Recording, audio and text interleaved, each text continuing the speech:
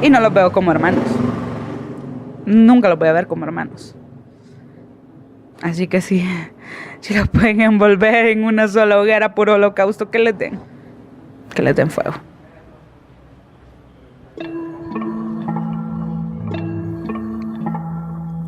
Es un argumento que escuché una y otra vez, que los maten, que maten a sus familias, a sus novias, a sus hijos, que los maten a todos. No es difícil entender esa rabia. No solo oí las historias de Iris, sino la de muchos otros. Y confieso que en un momento dado empecé yo también a sentir la furia. Pero ¿realmente se pueden crear políticas a partir de la ira?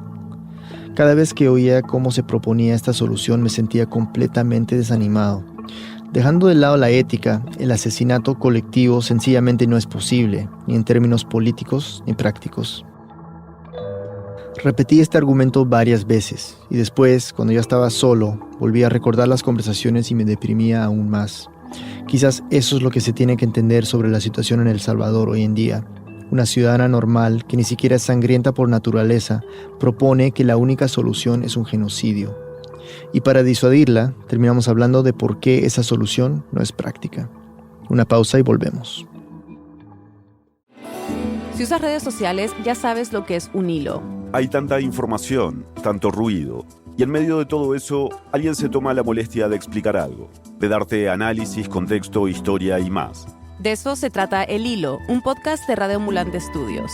El Hilo es una invitación a entender las noticias más importantes de América Latina. Yo soy Eliezer Budasov. Y yo soy Silvia Viñas. Juntos te ayudamos a entender el contexto de lo que pasa en la región.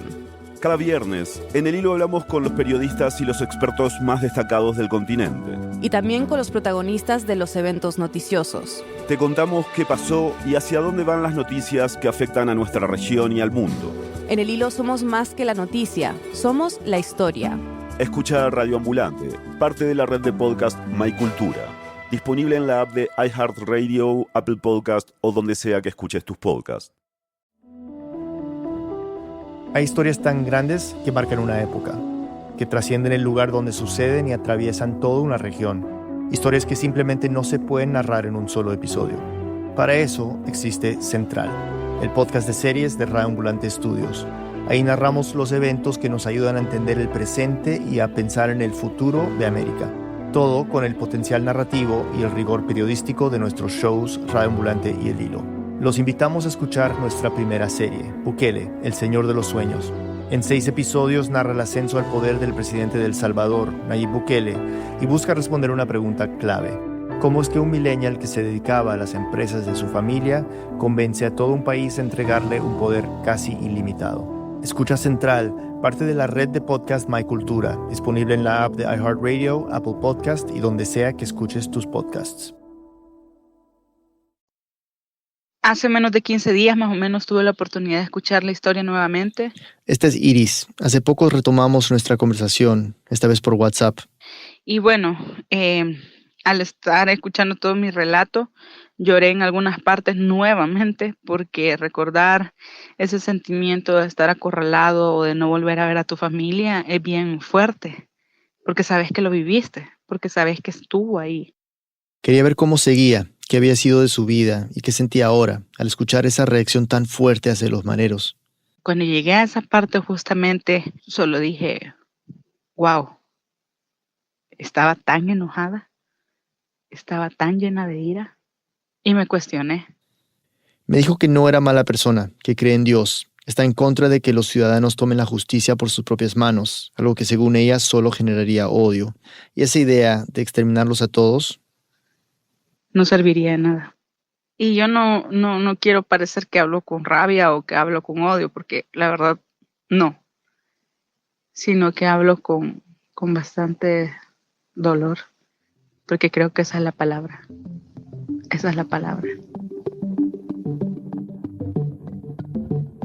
El año pasado realizamos cambios en la política de seguridad. Este es el presidente, Salvador Sánchez Serén. Ahora podemos ver los buenos resultados y decir con certeza que la población va recuperando la esperanza de poder vivir en paz y tranquilidad. Y sí, desde que publicamos este episodio en el 2015, la tasa de homicidios se ha reducido. Gracias a las medidas de seguridad y el esfuerzo conjunto de todos, hemos reducido en un 53% los homicidios.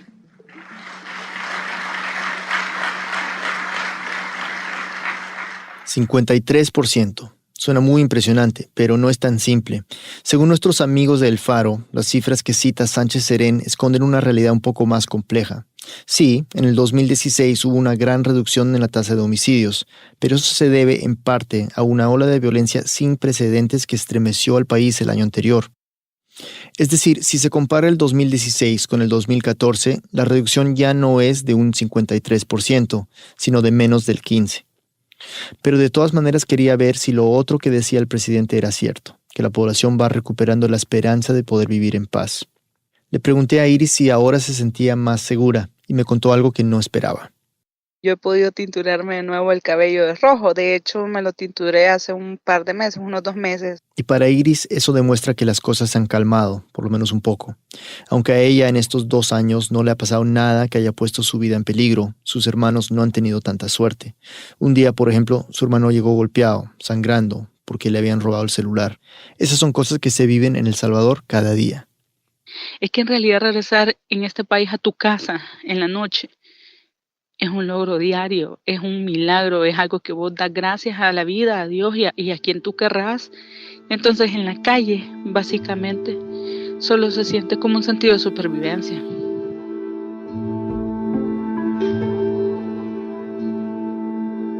Desde que el gobierno empezó a tomar medidas para mejorar la seguridad, Iris dice que ahora ve más policías en las calles, en los buses, y eso puede hacerla sentir un poco más segura que antes. Pero tú sabes que pasando ciertas líneas de donde está todo ese circuito, pues ya nadie te cuida. Entonces, de alguna forma, inseguro se sigue sintiendo. Y más cuando hay territorios todavía controlados por pandilleros, jóvenes que se ponen en la entrada de una colonia para vigilar quién llega. Iris dice que esta situación es muy delicada. Es un tema que, a pesar que todos lo sabemos, pero nadie lo dice. Y nadie lo dice porque son secretos a voces. Porque es algo que se metió, estuvo y comenzó ahí y se normalizó tanto que ahora es tan natural que todos nos callemos y no digamos lo que pasa. Me dio un ejemplo muy reciente. A una familiar le había golpeado su esposo y lo primero que sugirió Iris fue llamemos a la policía, pero su familia dijo que no podían. Si vos llamas a la policía, vienen los muchachos, es decir, los mareros, y al siguiente día te vienen a buscar para que te vayas de la colonia. Porque los policías no pueden entrar acá. Es bien feo, porque el país que uno quiere, el país que uno aprendió a conocer desde que está pequeñito, uno va viendo que ya no le da las mismas libertades que antes le daba. Que como cuando eras niño mirabas y decías, puya, o sea, yo voy a ir de aquí a allá, voy a hacer esto, voy a hacer lo otro, y ahora ya no poderlo hacer. Eso es bastante difícil, créanmelo, es muy difícil, y aunque no lo reconozcan oficialmente, pero pasa, y aunque la gente tengamos miedo de decir que está pasando, así ocurre, así sucede.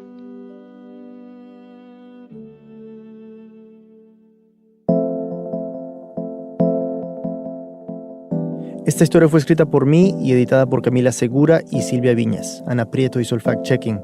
La mezcla y el diseño de sonido son de Andrés Aspiri.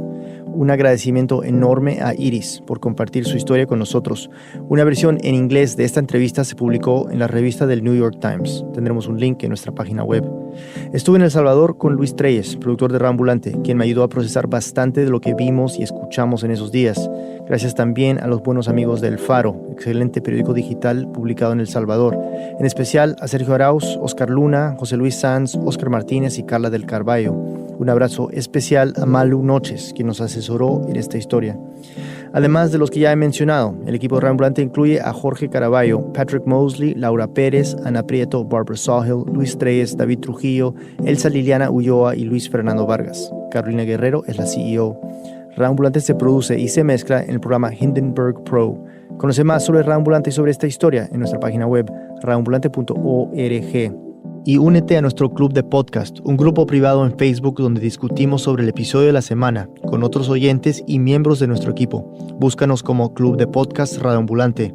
Otra manera de comunicarte con nosotros es a través de nuestra lista de WhatsApp.